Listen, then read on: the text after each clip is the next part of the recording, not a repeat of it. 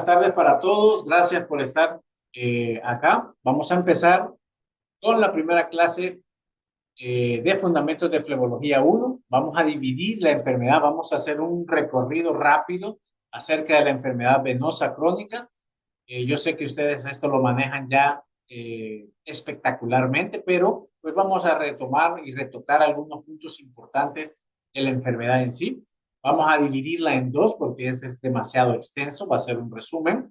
Y en esta ocasión vamos a hablar de la primera parte que aborda anatomía, fisiología, fisiopatología de la enfermedad o del sistema venoso. Y además la otra clase vamos a hablar ya clasificaciones, diagnóstico, para qué se utilizan y el tratamiento conservador.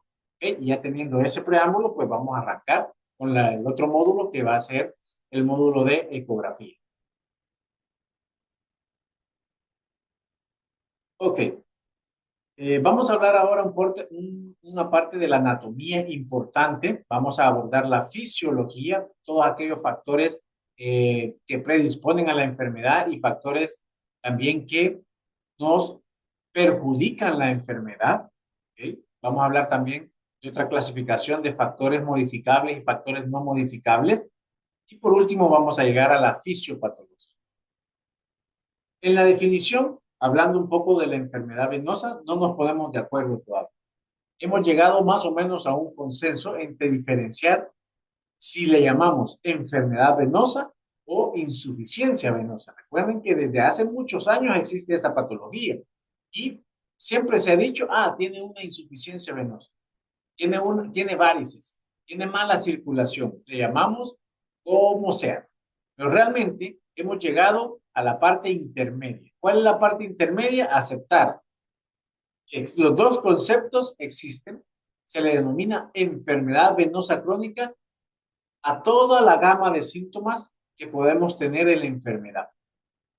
Si lo vemos desde el punto de vista de clasificación CA, vamos a hablar que los grados 0, 1, 2 y el 3 es el límite para decir que la enfermedad es netamente como enfermedad venosa crónica. Es decir, tener dolor, pesadez, cansancio de las piernas y edema, a eso denominamos enfermedad venosa.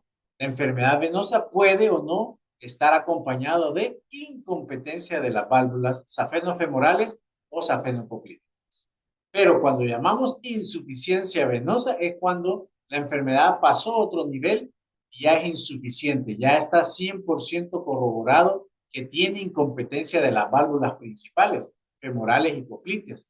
Entonces, según la clasificación CA, insuficiencia va a ser C4, C5, C6. Con toda seguridad en esos pacientes, en el 80% de seguridad de esos pacientes vamos a encontrar incompetencia de las válvulas.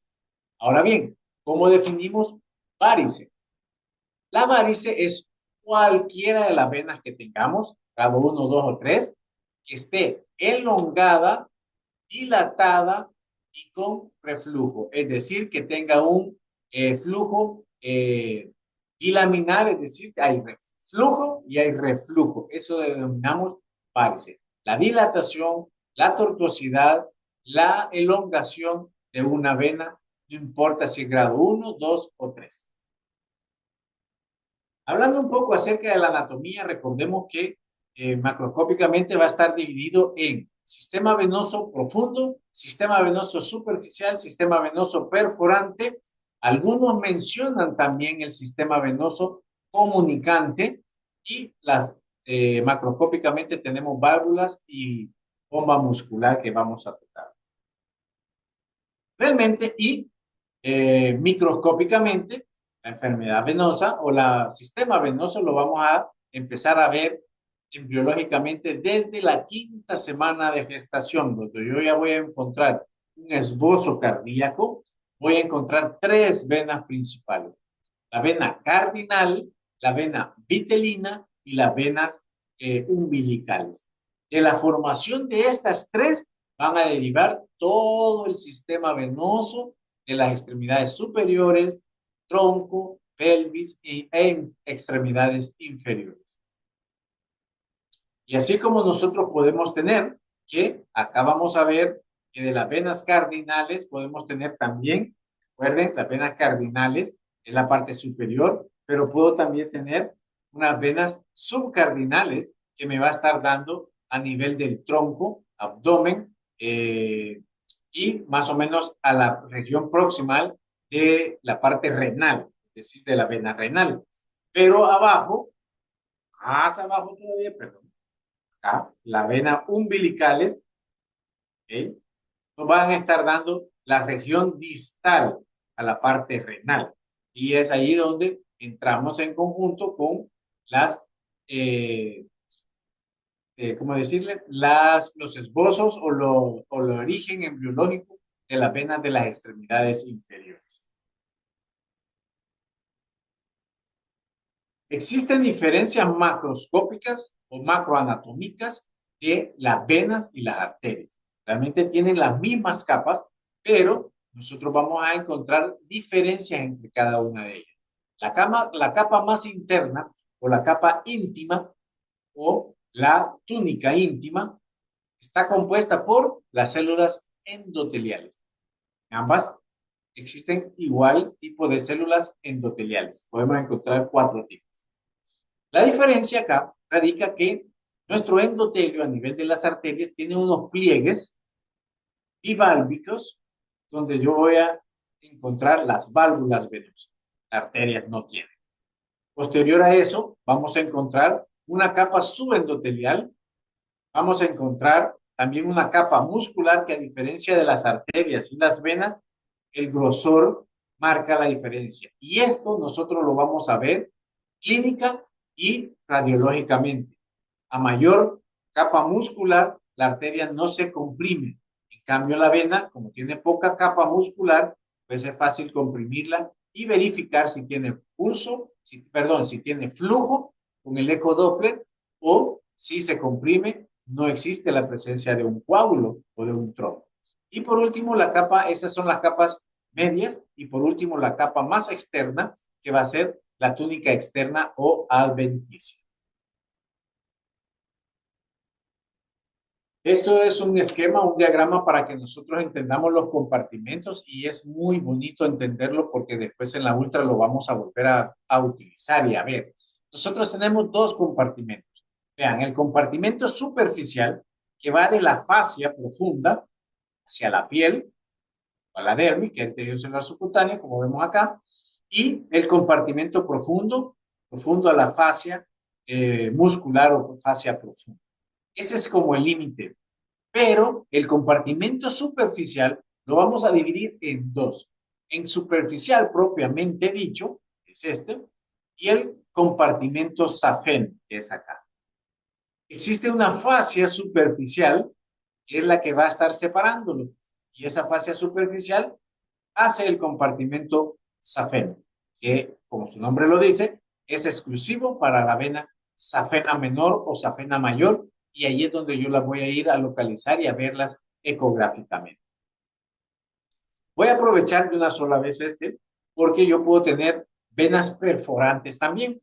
Llamamos perforantes a una vena que perfora, valga la redundancia, la fascia muscular y unir una vena del sistema superficial con una vena del sistema profundo. O sea, puede ser safeno profundo o puede ser del profundo inmediatamente perforarse e irse a una de las epifaciales.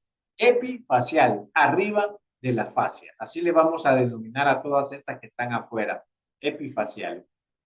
Ahora bien, la diferencia con las venas comunicantes es que no comunican o no perforan la fascia profunda para comunicar un sistema venoso profundo y el superficial, sino que comunican 2 venas de un mismo compartimento. Es decir, puede estar acá, uniendo esta con esta, así como vemos acá, estoy señalando. Entonces esa va a ser una vena comunicante. Sistema venoso profundo es completamente igual que el arterial, llevan sus propios nombres, solo que el arterial va de proximal a distal y las venas van de distal a proximal. Y ahí vamos a encontrar pares venosos, tibial anterior, tibial posterior, peronea, vamos a encontrar el tronco tibio peroneal, vamos a encontrar la popltea, este nivel, ¿ok? Y ahí asciende y vamos a encontrar 2 tipos de femorales, la femoral profunda y la femoral superficial. De la femoral superficial, solo tengo que decirles que ha cambiado la nomenclatura, ya simplemente se llama vena femoral. Y esta se va a unir ya sea a las safenas, se va a unir también a la safena accesoria anterior o posterior, que son las afluentes inguinales, y ahí van a empezar a llamarse vena femoral común. Rama de la vena ilíaca externa, que se une a la vena ilíaca interna, forman la común derecha o izquierda, y juntas van a formar ya la vena cava inferior. El sistema venoso superficial es exclusivo de las venas, no existen arterias, y va a ser la vena safena mayor y la vena safena menor.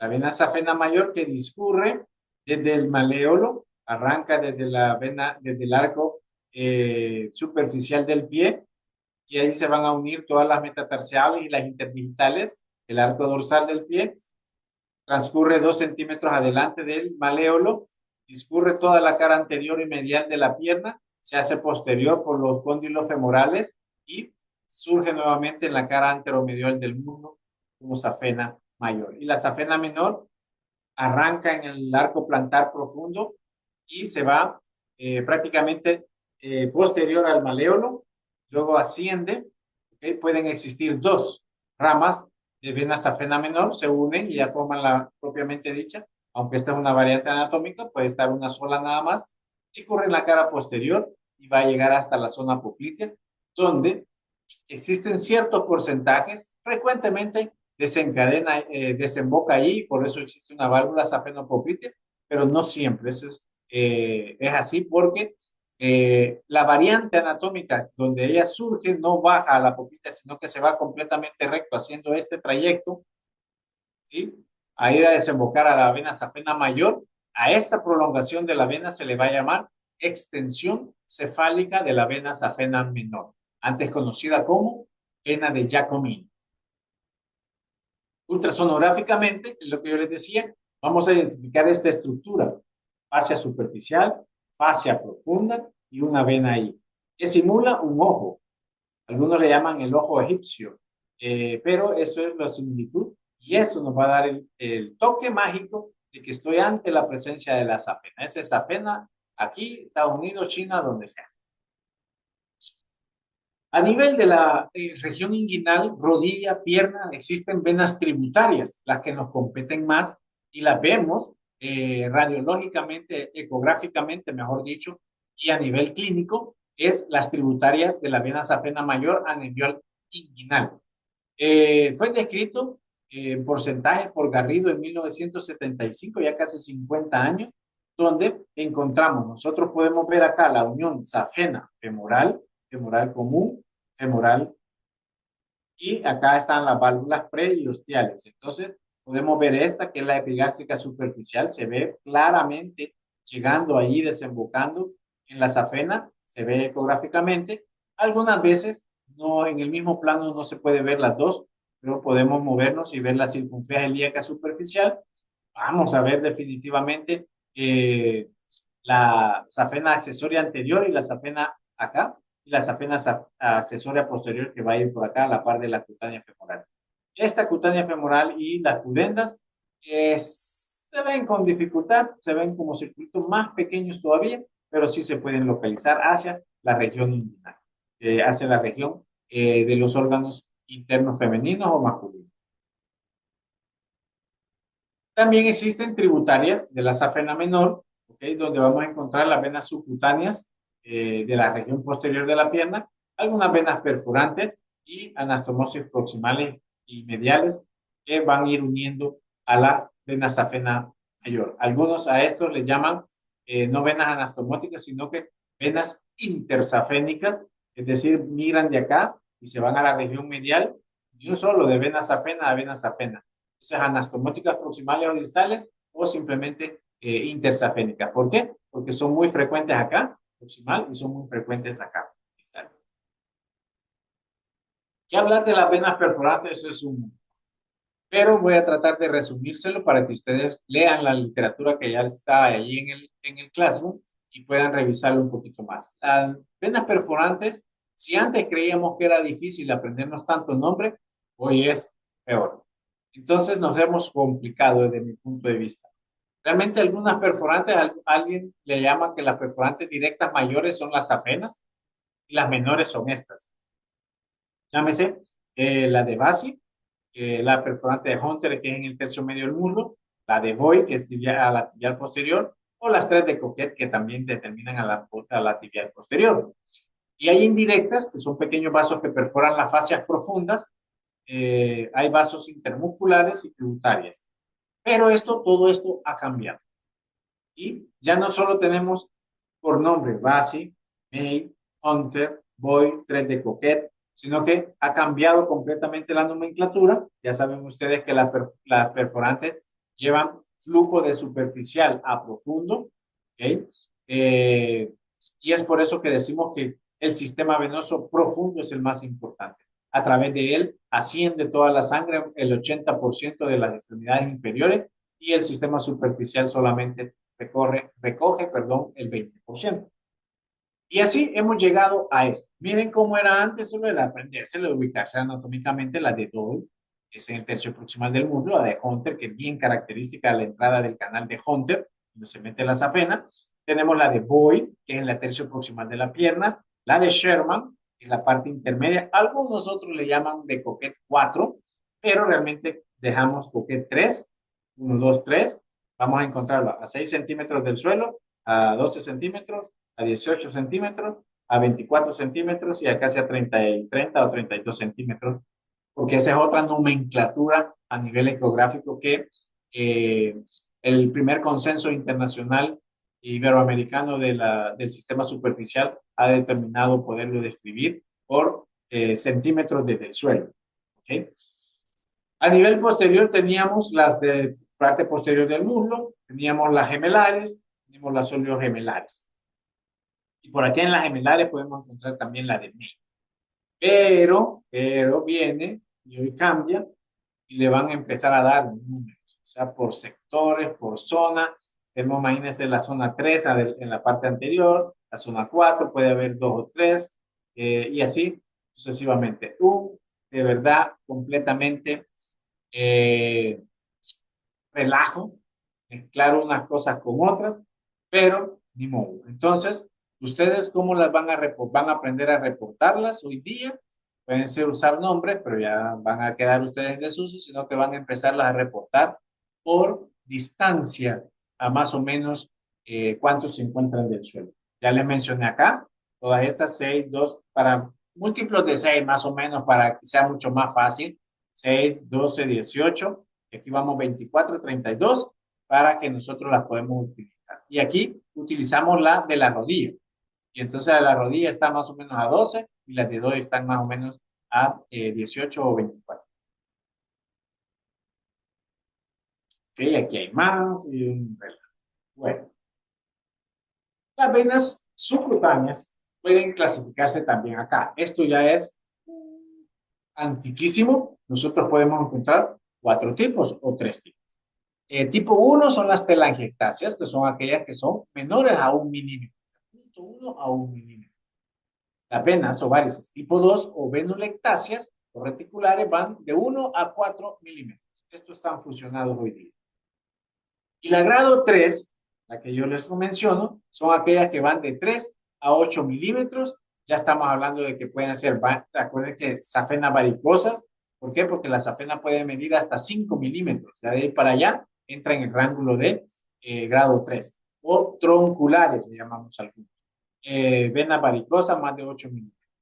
Esta clasificación también ha sido sustituida, pero es como eh, la más utilizada. Telangiectasias, reticulares y tronculares. O sea, grado 1, 2 o 3. Ahora bien, las venas subcutáneas, nosotros tenemos que hacer este trazo a nivel de la fascia superficial. ¿Okay? Cortamos y yo voy a encontrar arriba y abajo.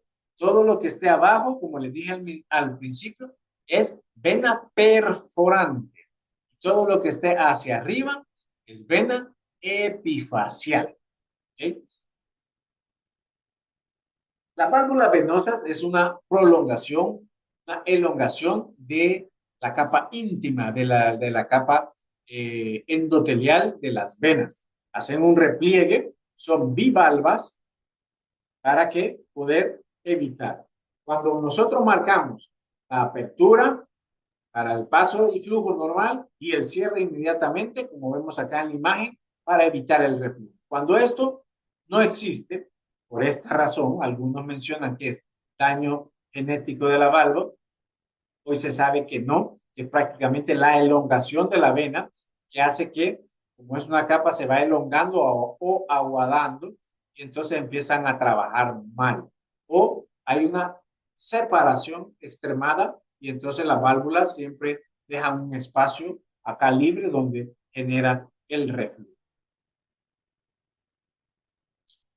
Les dejo acá variaciones de las venas, como ya les mencioné algunas, el Giacomini ya varió, hoy se llama extensión cefálica de la safena menor. Tenemos también las variaciones de las perforantes. Tenemos también una variación, la vena safena mayor puede duplicarse debajo de la rodilla, existe la variante anatómica y se considera normal. La vena safena accesoria anterior, o ya únicamente que no se debe de confundirse con la vena posterior interna y ha cambiado de nombre. Hoy ya no se llama safena, vena safena accesoria anterior, sino que únicamente la conocemos como vena accesoria. Y la vena pudenda externa que puede duplicarse o duplicarse. Y se puede ver en la 1.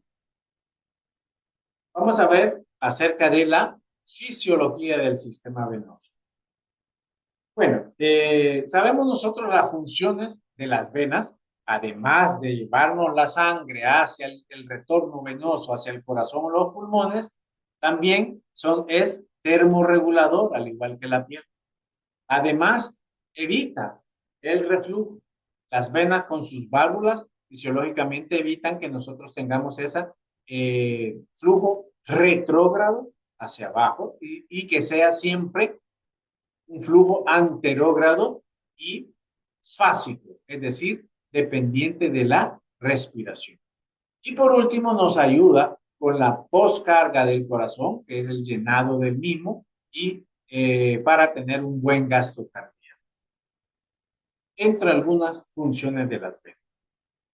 La etiología de la dilatación, bueno, tenemos diferentes teorías. Prácticamente son 5, pero de las cuales las más importantes son por disfunción valvular, puede ser congénita o adquirida, y tenemos que la dilatación puede generar hipertensión venosa. ¿Okay? Entonces, estas dos teorías son las que más se aproximan a la causa o el origen o la etiología de la insuficiencia venosa crónica. Ahora, pacientes que ya tengan en especial, ya sea congénito o adquirido, fístulas arteriovenosas, genera dilatación y varices. Y también podemos tener agregar otra categoría que es primaria y secundaria. Creo que la siguiente diapositiva acá. Entonces, la secundaria es esta que está acá abajo. Secundaria A, siempre nos hacemos esa pregunta y va a ser trombosis, nos puede dar primero la trombosis y generarnos la enfermedad venosa, o secundaria a un accidente, fracturas, donde nosotros podemos encontrar prácticamente enfermedad venosa. Congénitas son las adquiridas, ahí encontramos los hemangiomas, ahí encontramos manchas en vino de Oporto. Las primarias son generalmente por las dos causas que les decía anteriormente, hipertensión venosa y la reflujo valvular por daño valvular.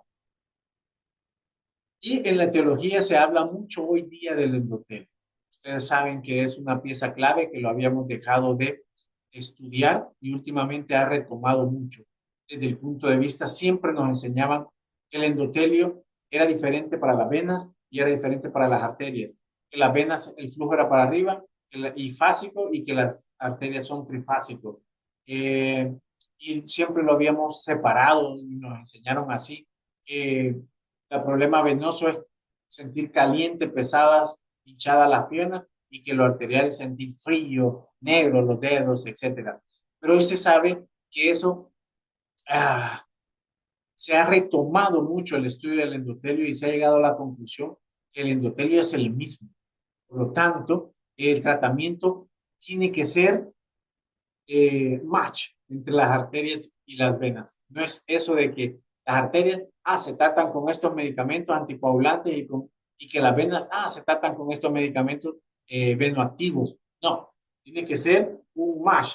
Y están estudiando mucho y sacando muchos artículos en el cual la etiología del daño endotelial se debe a estos receptores que fallan a nivel de la E-selectina y CAM, BCAM1 y el óxido nítrico que tiene mucho que ver con el tono vascular. Y eso nos genera hipertensión venosa por la respuesta del endotelio y por ende, si esto se hace, nos va a llevar, uno, activación leucocitaria. Cuando los leucocitos se activan es porque hay un proceso inflamatorio crónico a nivel del endotelio y esto promueve una adherencia del endotelio a la pared y después fuga a través de los espacios fenestrados de la célula endotelial, causándonos más edema, más adherencia de sustancias y falla a nivel del tono vasomotor de los vasos. Y eso no se traduce en edema crónico, inflamación, dolor, pesadez en la.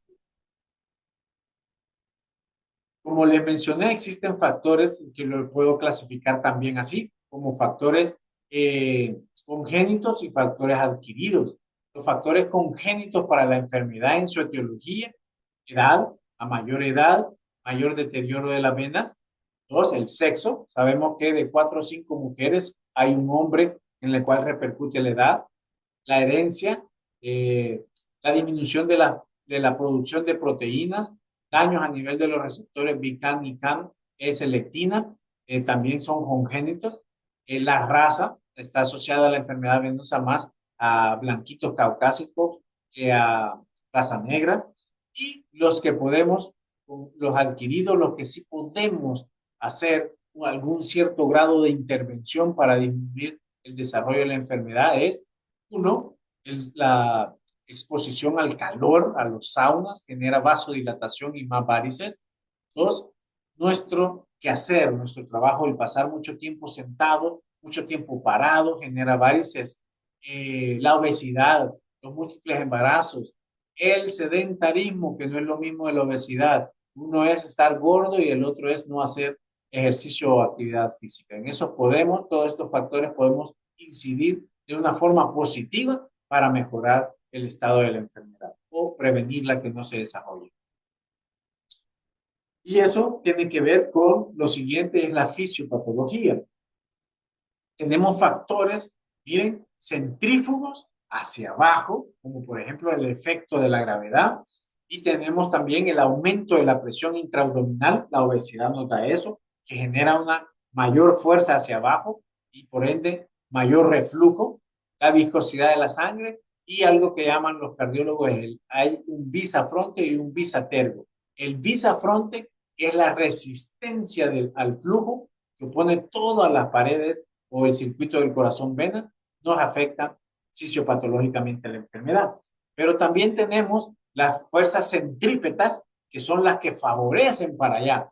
Y en eso hay que agregar la bomba musculoesquelética de la pantorrilla.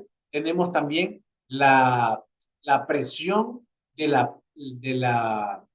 se llama, de la bomba plantar de Leyer, ¿sí? Que es cuando caminamos, ahí arranca todo con los arcos venosos profundos.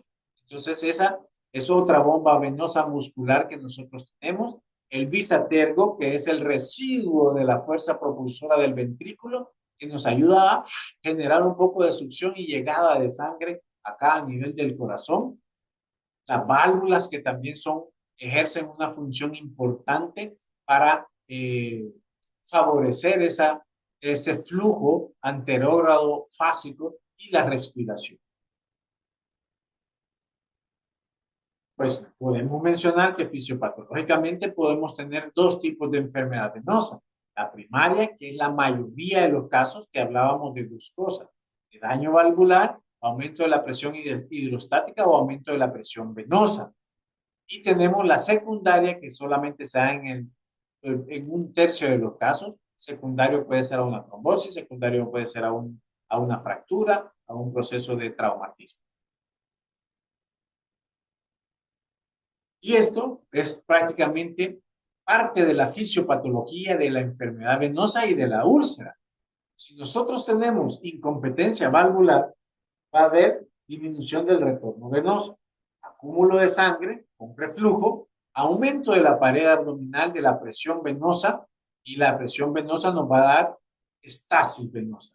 Esa estasis venosa sigue produciendo más hipertensión, más daño en la célula endotelial, dilatación de las venas para lograr aguantar más sangre acá, porque es mucho, y aumenta la presión a punto de los vasos venosos estar así, a punto de reventarse. Entonces hay más dilatación, más adherencia leucocitaria, más inflamación crónica, más fuga de líquido, y llegamos a la parte del edema, de la varices bien dilatada, de la hemorragia, y esa estasis pues nos va a generar hiperpigmentación de la piel por la hemosiderina que se libera por la sangre estancada, llevándonos a la dermatitis ocre, y tendríamos esto, pero más oscuro, y por último, una abertura es suficiente, un rascado, un golpe, para que se nos genere la úlcera ahí en la región hiperpigmentada. Entonces, todo eso parte de la fisiopatología de la enfermedad venosa y de la producción de las úlceras. Hasta acá lo que les traigo yo de anatomía, fisiología y fisiopatología. De esto hay mucho que hablar, yo sé, es demasiado extenso. Tendríamos que tener un solo diplomado para flebología, pero yo sé que ustedes ya lo manejan. Les queda esta tarea, la van a subir ahí al blog, al Classroom, y van a hacer un mapa mental nuevamente para que sigan practicando, y lo suben para poderles evaluar esta actividad. ¿Para qué? Para que ustedes vuelvan a repasar, vuelvan a revisar esta clase que ya va a quedar grabada, y elaboran su mapa mental. Una plataforma, una app muy sencilla y fácil de utilizar es Canvas. Pueden utilizarla, ingresen a ella, suscríbanse, agarren la versión gratuita, y con ello es suficiente para poder darle la información y que la app les ayude a elaborar el mapa mental. ¿Sí? Bueno, eso es lo